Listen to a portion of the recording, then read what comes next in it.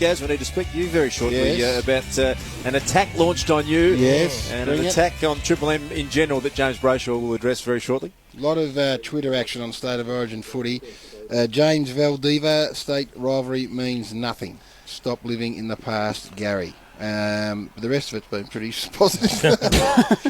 Now, Damo, the Lone Wolf, under a bit of fire during the week. Yeah, what is he this, was. Warren? I didn't hear this. watched it on replay on 360 during the week, where Mark McClure comes in on a Wednesday night, I think it is, and they got talking. It was a good little conversation about We'll Mark. be the judges. No, I am judging it. It was a very good conversation, and what Mark McClure had to say was pretty provocative about your good self, Gaz. Well, I'm interested to hear it. just the setup to it was your comments that you made last week about being surprised at Mark Neeld just starting the game with his two co-captains, Jack Trengove and Jack Grimes, on the bench at Geelong against Geelong. No, I wasn't surprised. I didn't like it, I said. Didn't like it. Well, let's just hear what Mark McClure had to say about that, and then we'll get into it. It's amazing, actually, Gary Lyon saying that why would their two captains start on the bench when he actually picked the coach. We haven't heard a thing about it since he's actually picked him. I can't believe that Gary would say that. He chose the coach. Hasn't seen him at the club since. So, for mine, Gary should probably stay out of that one, but... Do you think Gary's turned on the coach? Well, he'd be the only one who hasn't. Have you turned on the coach, Gary? Well, that'd be a close contender for the most idiotic comment of the year, I would imagine. And I don't think, and as much as you boys would love to be able to launch, you couldn't disagree with me. I mean, that is just a silly thing to say from Mark. So what he wants me to do as a commentator in the media, and for which I am paid to do, is when Damien Barrett or Hutchie or Caroline Wilson, someone turns around and asks me about an incident involving a Melbourne player, I'm supposed to say, sorry, can't talk about it. Is that what Mark McClure is getting at? That is the most ridiculous thing. And if you're living on another planet, the reasons I got involved last year are well documented, and I would never ever apologise for getting involved in the manner that I did and helping do what I did. But what I made patently clear right from the start was the minute that was finished, I was going to go back to doing what I do and what I'm paid to do in the media, because I want to do it unencumbered and uncompromised. And if Melbourne need to be criticised for some reason in any way, shape or form, then I'll do it. So what Mark is saying is just take your integrity out of the situation here, Gary, because we want you not to comment on a Melbourne situation. You're getting very defensive here. Yes, very defensive. No, not at all. It's just. But you've almost given it too much of an answer. answer. It's a ludicrous comment. Ludicrous comment. And the reason I don't get involved in club politics, and the reason I don't go on the board, is because I don't think the two marry up. Now, how Chief handles his situation as a director of Hawthorn is entirely up to him, and I wouldn't tell him how to do it.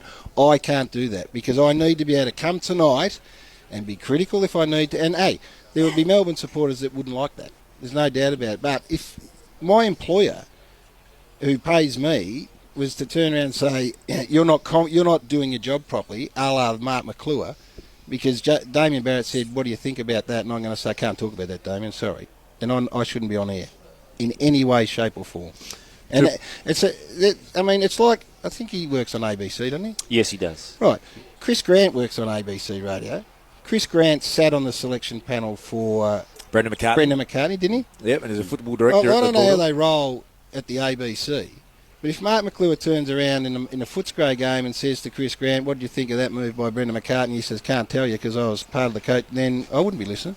And it's a further conversation. We just played about 15 seconds of it. Look, he was pressured as to what you mean by that, and he did say, I'll just leave it there. I mean, I don't know whether you can say that. And you're right, I would have loved to have gone farther on you on it, but I don't think you can say it and then just say, I'm going to leave it there, because you're on TV commentating and observing, and then he just chose to say something very provocative and then chose to leave it there. So anyway, it's just, this is what you do.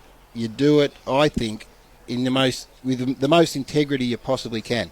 Had I not commented, had I said, oh no, I think Mark Neeld put him on the bench because, he's whatever, and I didn't believe it, that would have been, I should be sacked on the spot.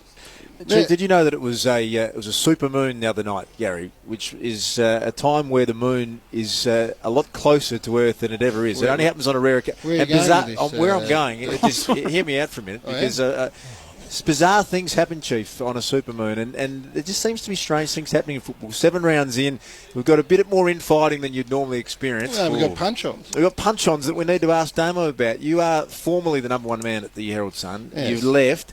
And what has happened at your old joint? It is just and we're not accepting disintegrated. the Mark McClure adage of you not being able to comment on it because you used to work there. We expect Well, you to I've tell us. commented on it moon, twice Dan. before this week already, Gary. Well, give us something, Damo. Well, what's happened? It's played out, and Darren Hinch has now gone very big with it yesterday.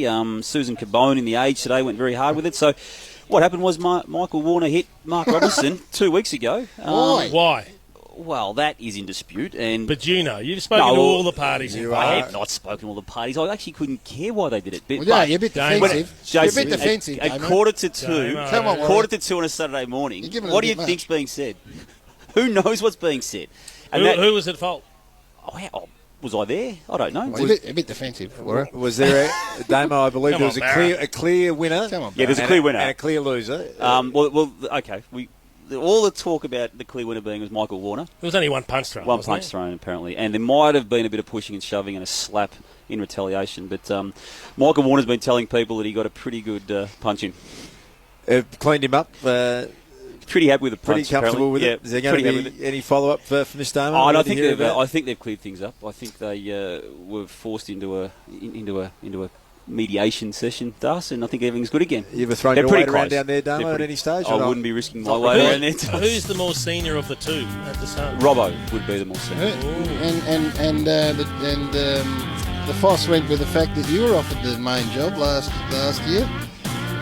Not required, Damo. He's just getting a little quiet and impartial. Our man James Brayshaw has just entered the box. You're going to hear from our leader very shortly. He's got a bit of steam as well. Howie's going to join us. No, not on the defensive boundary. in this box. No, We accept criticism. We take it on the chin. We work through those issues, and if it's warranted, we'll leave it there. If it's not, look out.